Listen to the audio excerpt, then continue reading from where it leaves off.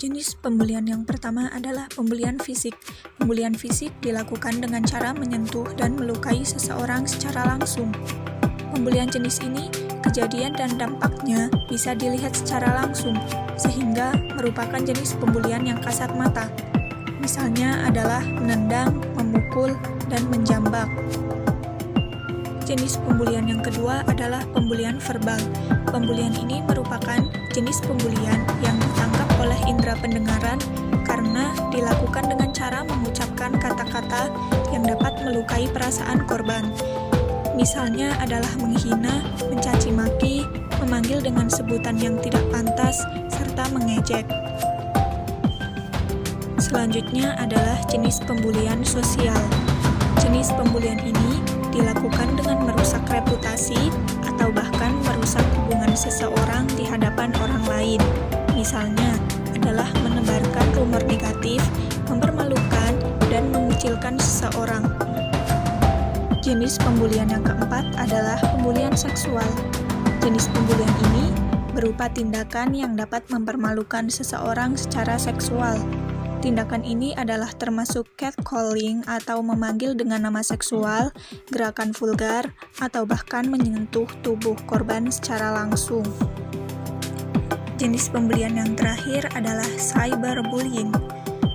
Jenis pembulian ini merupakan tindakan menyakiti orang lain melalui sarana media elektronik. Misalnya adalah menyebar gosip tentang seseorang dan berkomentar tidak pantas di media sosial orang lain.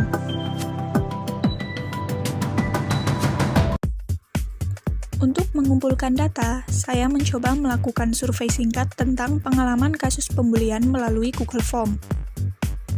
Dari 95 jawaban, terdapat 94 respon, dan di antara jumlah tersebut, ternyata 74,5% orang pernah merasa menjadi korban pembulian dan jenisnya bermacam-macam.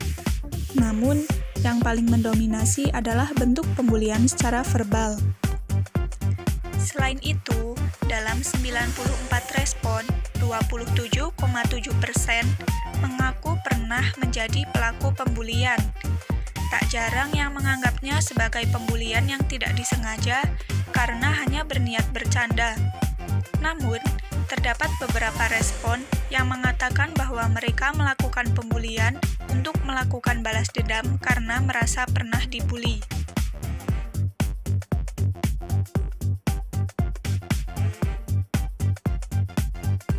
Perhatikan pengertian kekerasan dalam pasal 1 ayat 15A Undang-Undang Nomor 35 Tahun 2014 tentang Perlindungan Anak. Di sana terdapat kalimat berakibat timbulnya kesengsaraan atau penderitaan secara fisik, psikis, seksual, dan atau penelantaran.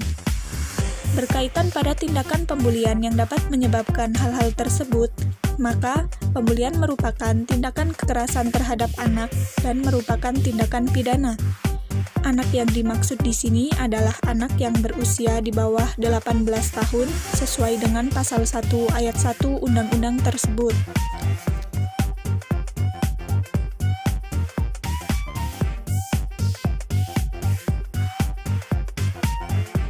Dalam pasal 54 Undang-Undang Nomor 35 Tahun 2014 dinyatakan bahwa anak di dalam dan di lingkungan satuan pendidikan wajib mendapatkan perlindungan dari tindak kekerasan fisik, psikis, kejahatan seksual, dan kejahatan lainnya yang dilakukan oleh pendidik, tenaga kependidikan, sesama peserta didik, dan atau pihak lain. Perlindungan sebagaimana dimaksud pada ayat 1 dilakukan oleh pendidik, tenaga kependidikan, aparat pemerintah, dan atau masyarakat. Namun, selain pihak-pihak yang disebutkan dalam pasal 54 ayat 2 undang-undang tersebut, pihak yang berperan penting dalam upaya perlindungan anak, terutama dalam kasus pembulian adalah orang tua. Berikut adalah penjelasan masing-masing pihak yang bertanggung jawab dan berperan dalam upaya perlindungan anak. Yang pertama adalah tenaga pendidik. Pada umumnya, tenaga pendidik atau guru di sekolah merupakan penyalur pendidikan kedua setelah pendidikan di keluarga.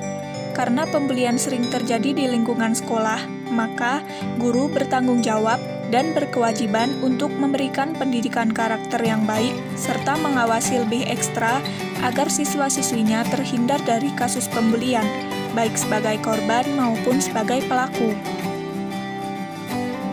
Selanjutnya adalah negara dan pemerintah.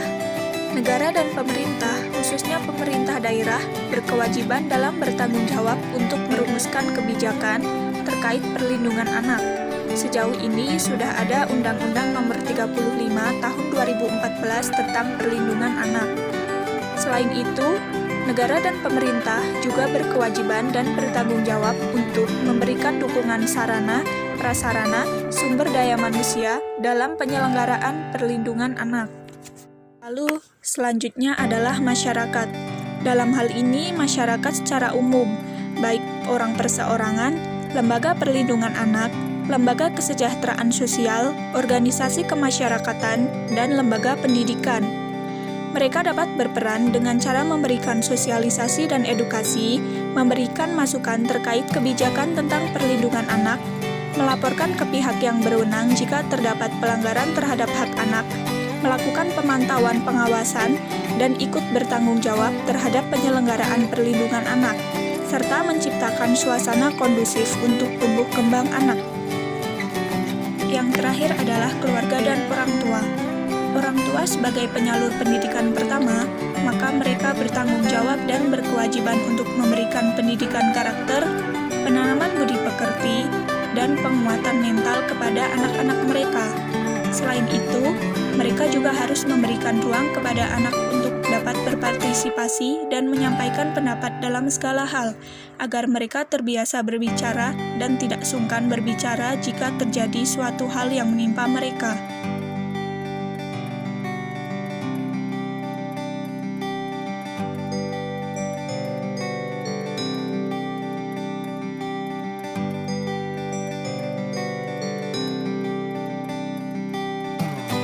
Dilihat dari dampak yang ditimbulkan, secara tidak langsung, pembulian merupakan tindakan yang melanggar HAM.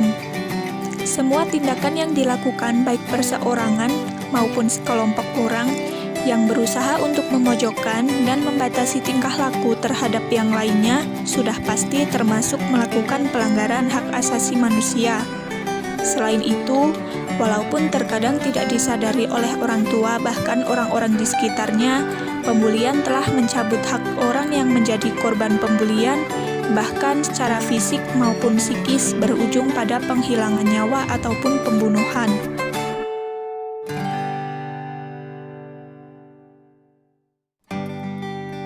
Pelaku pembulian dapat dituntut dengan pasal 80 Undang-Undang Nomor 35 Tahun 2014 tentang Perlindungan Anak.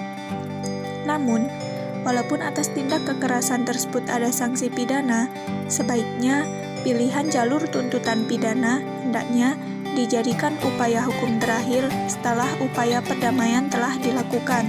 Salah satunya adalah melalui jalur mediasi antara pelaku dengan korban.